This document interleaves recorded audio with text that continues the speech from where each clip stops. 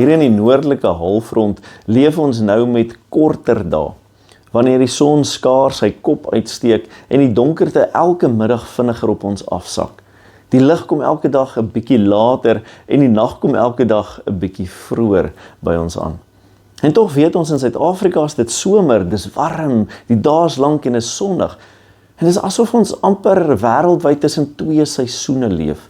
Sommige stap in die lig en ander wag dat die lig weer sal deurbreek. En dit herinner my hoe ons lewens ook twee seisoene ken. Lig en donker, hoop en onsekerheid, vrede en 'n warboel. Want en hier begin ons gedagte vir die dag se hart. Dit is juis die afwesigheid van lig wat die duisternis in ons lewens inlaat. Daardie vroegoggendduister laat jou en my wakker skrik baie keer met gedagtes wat draai en mal oor vra. Vra oor môre, vra oor werk, oor gesondheid, oor geliefdes. En daar is geen vinnige skakelaar vir hierdie tipe donker nie. Ons wens soms vir 'n kitsoplossing, maar ek en jy weet geloof werk nie so nie. Ek hou van die Chinese spreekwoord wat sê, moenie die duisternis vervloek nie, steek 'n kers aan. En dit is presies waar Advent begin, hierdie Sondag. Elke Advent Sondag steek ons 'n kers aan, een vir hoop, een vir vrede, vir vreugde en liefde.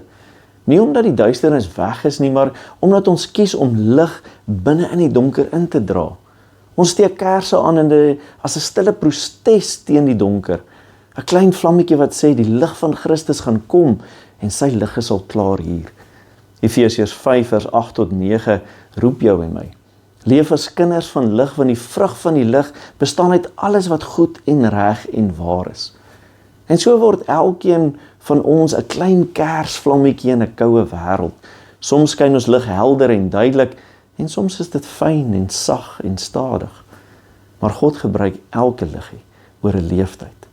Jou gehoorsaamheid, jou geloofstap, jou woord van bemoediging. Hy gebruik dit om duisternis te versag en ander se pad sigbaar te maak. En miskien is dit waarom die Northern Lights ons so diep aangryp. Die mees suksesvolste observasietoere neem jou uit die stad na daar waar dit die donkerste is, want dit gebeur juis in die diepste nag dat die hemel skielik oopbreek in groen en pers en lig, asemrowend, onverstaanbaar. En dit herinner ons, duisternis is nie die afwesigheid van lig nie, maar is soms die megafoon waardeur God se lig die diepste roep en praat. Here Jesus, steek u lig in ons aan, veral nou waar elkeen sy seisoen anders is. Geef vir ons hoop vir môre, vrede vir vandag en die moed om klein kersse te wees en aan te steek in 'n wêreld wat so donker voel. Laat u lig in ons skyn, tot u eer en vir ander se hoop.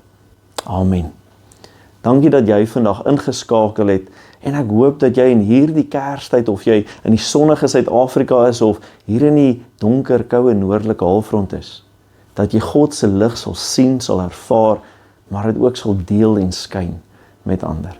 Tot volgende keer en 'n geseënde Advent. Totsiens.